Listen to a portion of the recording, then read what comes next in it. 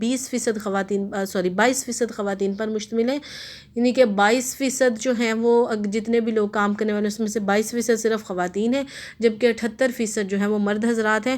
تو اسی طرح سے خواتین کا میرا خیال 50+ تناسب ہے پاکستان کی آبادی میں، تو آدھے سے زیادہ آبادی خواتین کی ہے کم و بیش، اور باقی مرد حضرات ہیں، تو مردوں کا کنٹریبیوشن زیادہ ہے، عورتوں کا کم ہے۔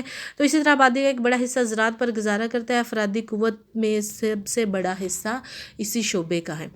اب افرادی قوت کے کون سے مسائل ہیں؟ پاکستان میں محنت کرنے والا طبقہ بہت زیادہ مسائل کا شکار ہے، یعنی کہ جو مزدور لوگ ہیں وہ کن کن پرابلم سے گزرتے ہیں۔ سب سے پہلے بے روزگاری ہے، پاکستان میں تقریباً 6% کام کرنے کے قابل لوگ بے روزگار ہیں۔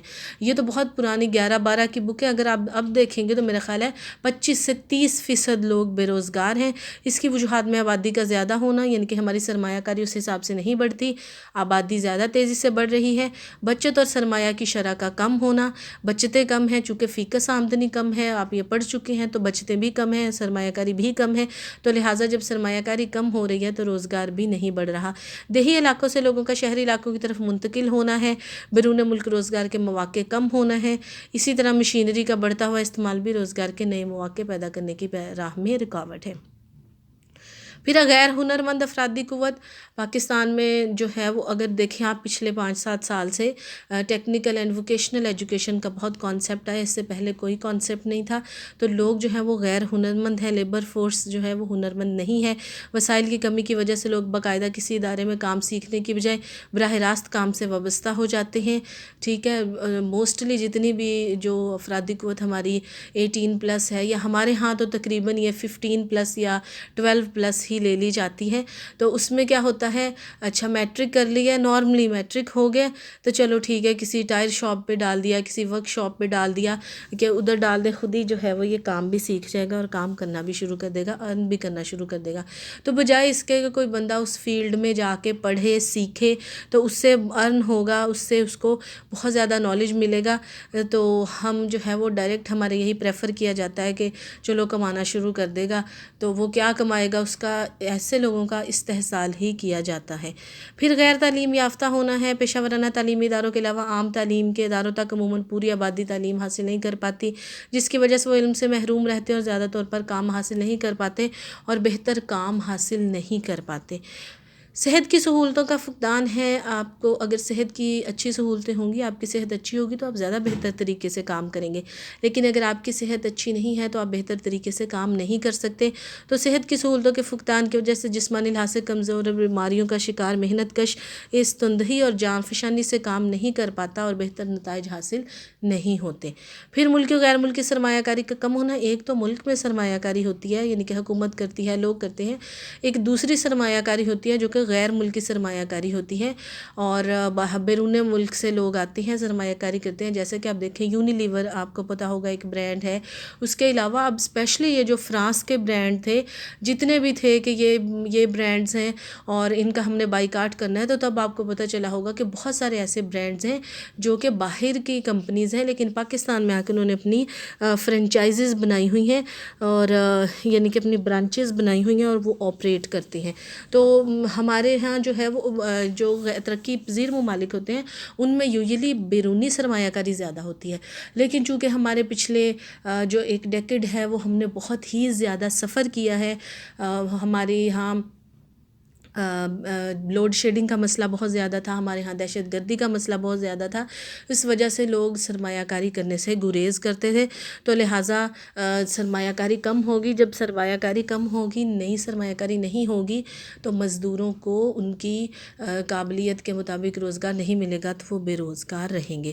اجرتوں کا کم معیار ہے، پاکستان میں اجرتوں کا معیار بہت پست ہے، محنت کش طبقہ بہت سے معاشرتی مسائل کا شکار ہے اور 2 وقت کی روٹی اور دیگر ضروریات زندگی پورا کرنا مشکل ہو جاتا ہے، جس کی وجہ سے وہ دل لگا کر کام نہیں کر پاتا۔ اجرتیں کم ہیں، یعنی کہ ان کا معاوضہ کم ملتا ہے، جتنا وہ کام کرتے ہیں اس حساب سے انہیں معاوضہ نہیں ملتا، نمبر 1۔ نمبر 2 یہ ہے کہ وہ اتنا پست طبقہ ہوتا ہے کہ وہ آرگیومنٹ نہیں کر سکتے، وہ بارگیننگ نہیں کر سکتے کہ یہ چیز ہماری اتنی بن رہی ہے تو آپ ہمیں اتنی سیلری کیوں دے رہے ہیں۔ اور اس کے علاوہ ہے ملازمتوں کا عدم تحفظ. نجی شعبہ میں خصوصاً محنت کشوں کے لیے ملازمتوں کا کوئی تحفظ نہیں ہوتا. مالکان جب چاہیں ان کو ملازمتوں سے فارغ کر دیتے ہیں. اور اگر آج ہم دیکھیں تو سرکاری ملازمتوں کا بھی یہی حال ہے. پینشن نہیں ملنی، کتنا کچھ سننے کو مل رہا ہے. تو عدم تحفظ ہے جس کی وجہ سے ذہنی طور پہ لوگ ٹینشن کا شکار ہیں. اور جب آپ ذہنی طور پہ ٹینشن کا شکار ہوتے ہیں تو آپ اپنا کام بہتر طریقے سے نہیں کر پاتے. استعداد کار میں کمی ہے. ملازمتوں کے عدم تحفظ ہے تو تعلیم کی سہولتوں کا فقدان، اجرتوں کا کم معیار اور دیگر وجوہات کی بنا پر مزدوروں کی استعداد کار کم ہو جاتی ہے. اوپر جتنے بھی آپ نے پوائنٹس پڑھے ہیں ظاہری بات ہے وہ مسائل ہیں. جتنے بھی مسائل ہوتے ہیں وہ اگر آپ کی جسمانی صحت کو نہ بھی متاثر کر رہے ہیں تو آپ کی ذہنی صحت کو ضرور متاثر کرتے ہیں. آپ ان کے بارے میں سوچتے ہیں، آپ ٹینشن لیتے ہیں تو آپ کوئی بھی کام بہتر طریقے سے نہیں کر پاتے، تو آپ کی ایفیشنسی کم ہو جاتی ہے. پھر ہے محنت کی حرکت پذیری کا کم ہونا، اپنی زمین سے محبت، اپنے علاقے میں رہنے کی ترجیح، اپنے عزیزوں کے درمیان رہنے کا شوق اور دیگر وجوہات کی بنا پر مزدوروں کی حرکت پذیری کم ہوتی ہے اور وہ بہتر روزگار کے لیے بہتر مواقع سے فائدہ نہیں اٹھاتے. خوشگوار ماحول کا نہ ہونا، پاکستان میں کارخانوں یا کام کرنے کی جگہ جو ہے اس کا ماحول اور حالات خوشگوار نہیں ہوتے. اداروں میں بھی تفریحی اور تربیتی سہولتوں کے فقدان کی وجہ سے بہتر ماحول نہیں ہو پاتا. اگر آپ دیکھیں جتنے بھی ادارے ہیں، یہ فیس بک ہے اور فلاں جتنے بھی ہیں، گوگل ہے، تو ان کے بارے میں ایک رپورٹ پڑھ رہی تھی. اس میں انہوں نے لکھا تھا کہ وہ اپنے جو ورکرز ہوتے ہیں ان کو لنچ ٹائم کے علاوہ ان کو کیلولا کے لیے یعنی کہ تھوڑی سی دیر ریسٹ کرنے کے لیے بھی ٹائم دیتے ہیں کہ یہ وہ مانتے ہیں کہ یہ انسانی صحت کے لیے بہت زیادہ ضروری ہے. تو ہمارے کیا کیا جاتا ہے، اگر 15 منٹ حکومت نے کہیں یا آدھا گھنٹہ لنچ آور کا ہے تو ہمارے ہاں اس کو بھی کم کر کے 5 سے 10 منٹ بلکہ دیا ہی نہیں جاتا. ساتھ ساتھ کام کرتے جاؤ، ساتھ ساتھ اپنا لنچ کرتے جاؤ. تو یہ حال ہے. تو اسی طرح سے اگر ماحول خوشگوار ہوگا تو زیادہ بہتر طریقے سے، ظاہری بات ہے انسان ہے تھک جاتا ہے اتنے گھنٹے کام کرنے سے، تو اگر اس کو آدھا پونا گھنٹہ ریسٹ کے لیے دے دیا جائے گا تو وہ ڈیفینیٹلی اس کی صحت پہ اچھا اثر پڑے گا اور اس کی استعداد کار بھی بڑھے گی. قوت سودا بازی کی کمزوری، پاکستان میں مزدور انجمنیں بہت زیادہ مؤثر نہیں ہیں. مزدور ان انجمنوں میں منظم ہو کر اپنے حقوق کے لیے جدوجہد نہیں کر پاتے، اس لیے وہ اپنے حالات کار بہتر نہیں بنا سکتے. یہ ہے آپ کا آج کا افرادی قوت سے کیا مراد ہے اور افرادی قوت کے مسائل کیا ہیں. اور نیکسٹ ہمارے پاس ہے بے روزگاری. تو بے روزگاری والا ہم انشاءاللہ کل پڑھیں گے تاکہ یہ زیادہ بہتر طریقے سے ہو جائے. بہت تھوڑا کام ہے آج کے لیے، تو آپ نے اس کو بہت اچھے طریقے سے تیار کرنا ہے. تو انشاءاللہ آپ کا 9th چیپٹر بھی آلموسٹ ختم ہونے کو ہے اور اس کے بعد جو ہے وہ ہم تھوڑا اس کو، میرے خیال ہے یہ جو 10th چیپٹر ہے آپ کا، یہ تو ہم تقریباً نہیں پڑھیں گے کیونکہ یہ آپ پہلے بینک والے میں یہ کم و بیش سارا کر چکے ہیں، جو آپ نے تیسرا یا چوتھا چیپٹر بینک والا کیا تھا. تو نیکسٹ پھر ہم انشاءاللہ دیکھتے ہیں.